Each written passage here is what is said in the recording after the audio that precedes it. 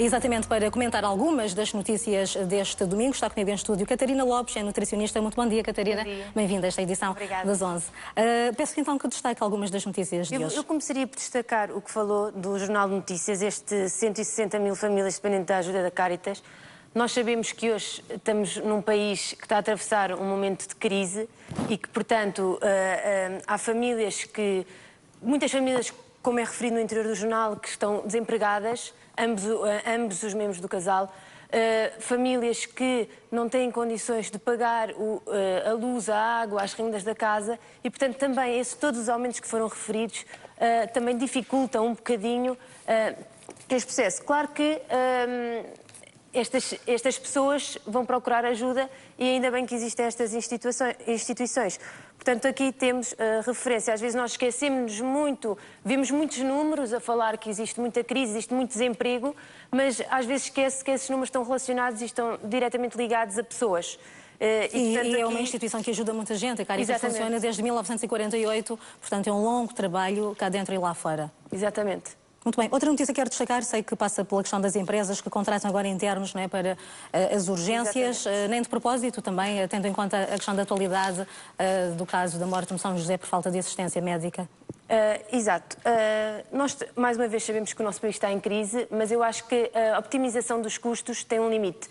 E quando começam a colocar em causa a vida, a saúde, a integridade e o bem-estar da população, acho que esses limites ou essa optimização de custos tem que ser, não é um bom princípio.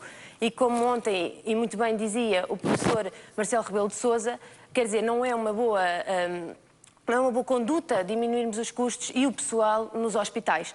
Acho que também é importante, não só, óbvio que é importante começar a introduzir novos médicos e novos profissionais de saúde nos hospitais e nos centros de saúde, mas também é importante que esses profissionais de saúde estejam bem posicionados e estejam realmente nos lugares que têm falta deles. Outra coisa seria importante também relatar que o nosso Sistema Nacional de Saúde tem-se começar a centrar na prevenção da doença. E aí eu acho que seria importante começar a levar doenças crónicas, como os diabetes, a hipertensão, doenças que hoje existem muito também pelo aumento da população, da idade da população. Acho que deviam começar a prevenir e, portanto, levar essa população para os centros de saúde e situações mais graves e de urgência, aí sim também para o hospital. Ouviu-se também um apelo a Marcelo Rebelo de Sousa no Hospital de São José, onde tudo aconteceu. Exatamente. Diz aqui também, veja se faz alguma coisa por isto. Exato. É preocupante. A nutricionista Catarina Lopes, eu acho que podemos olhar aqui para outra situação, já que estamos nesta altura do ano. Olhamos agora então para o excesso de calorias, sobretudo agora. É verdade que existe depois sempre a preocupação em perder, digamos que rapidamente, o que se ganha em cerca de 15 dias, sensivelmente, 2, 3 semanas, nesta época do ano, já a pensar no fim de ano também. Algum truque em especial para que isso aconteça? Sem prejudicar a saúde. Exato. Sim, é assim. Eu acho que o problema não são os 2 dias, o 24 e o 25. Eu acho que é realmente esses 15 dias ou o pós-natal, aqueles dias até à passagem do ano.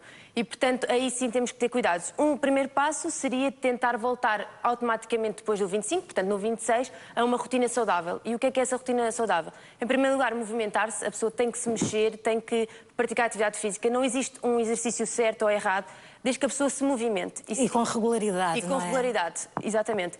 Claro que a pessoa espera sempre, ano novo, vida nova, e portanto às vezes estas coisas de mudanças de hábitos são um bocadinho esquecidas e só se lembra no próximo ano, no próximo ano eu começo, mas eu acho que o exercitar-se é fundamental e hoje todos os profissionais de saúde estão de acordo com esta, digamos, com este truque e com esta dica de saúde.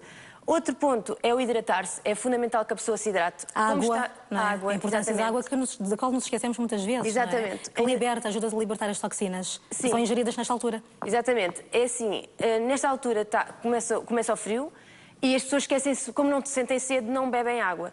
E isso está errado. As pessoas têm que realmente aumentar o consumo de água, e isto é água, não é chás, não é refrigerantes, não é outra bebida, é água. E devem-no fazer também porque ela ajuda a eliminar toxinas, aquelas toxinas ou aqueles alimentos, gordura, açúcares refinados, exatamente. É indiferente o consumo da água da torneira e água engarrafada? Ou deve ser alternado? Pode ser alternado. Depende do local onde essa... Por exemplo, no caso da torneira, depende do local, não é? Em Portugal Mas uma água normal, considerando a água normal da torneira, pode ser ingerida normalmente. A única coisa que a pessoa tem que ter em cuidado em relação à água engarrafada é não deixar a água na garrafa de plástico ao sol ou usar muitas vezes. Ela é para usar uma única vez. E, portanto, é preferível que compre ou garrafa de vidro ou opte por um copo de vidro quando vai beber a água, portanto, tentar evitar o plástico. Muito bem. E em relação às quantidades? Há quem fale num litro e meio de água, há quem consuma mesmo 2 litros de água por dia. O que é razoável aqui, o ponto de equilíbrio?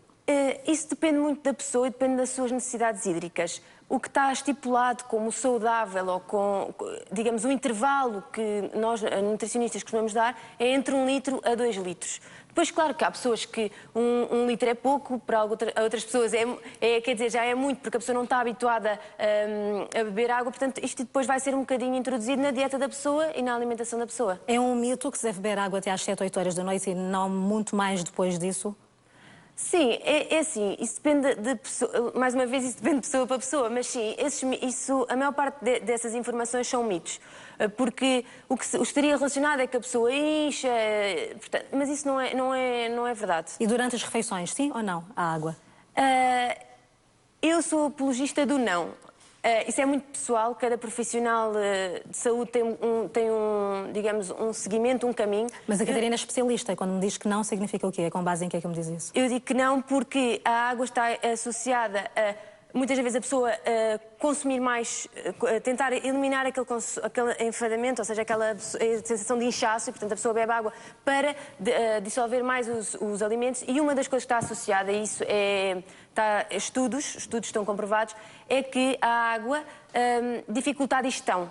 E, portanto, uma pessoa que consuma muita água pode dificultar a digestão e demorar muito mais tempo a fazer a digestão. Mas também é verdade que retira a sensação de fome. É verdade? Para quem quer perder peso, bebendo água, existe também esta ideia. Quanto mais consumir água, menor será essa sensação de fome. É verdade?